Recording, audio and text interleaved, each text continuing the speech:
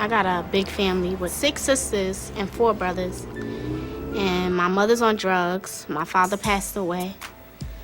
I got raped during high school, my 12th grade year, so I just stopped going. I guess I was the black sheep, but my mother had a lot of kids, and my father was a drug addict.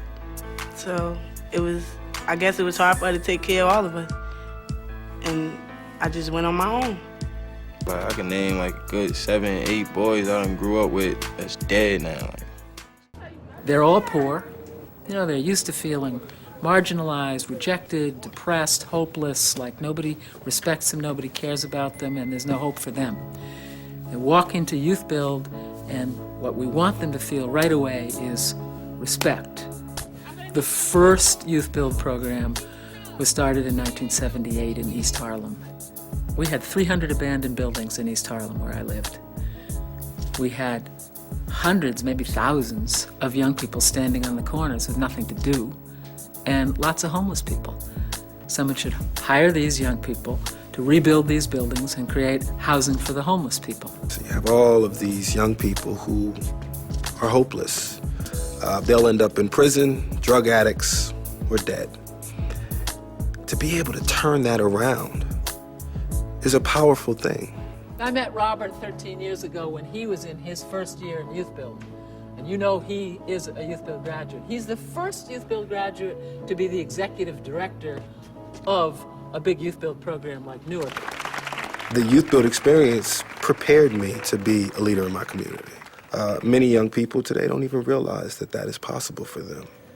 In a Youth Build program, young people sign up full-time for about a year, and they spend half their time going to a Youth Build alternative school where they study for their high school diploma or their GED. I knew how to read, but I didn't know how to read well. And my class wasn't laughing at me or nothing. If I was in regular school, they would have laughed at me. They ain't laugh at me or nothing. Like, they helped me out, like, when I got a word wrong. And now I know how to read. The other half of their time they spend building housing for homeless and low-income people.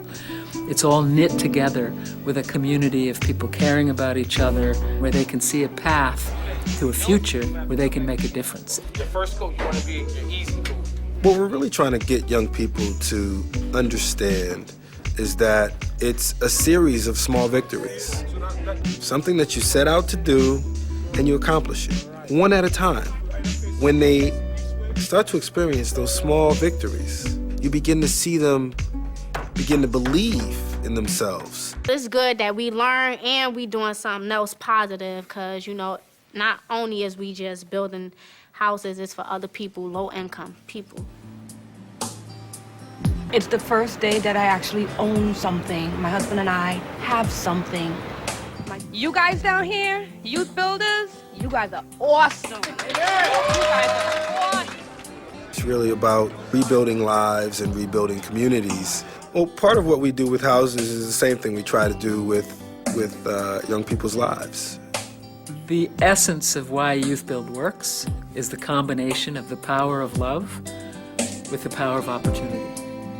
The young people feel somebody cares about them, and they see opportunity to make something of themselves. Together, that works miracles. I want to be a cook. I want to build my own restaurant. Hopefully, I'll own my own business.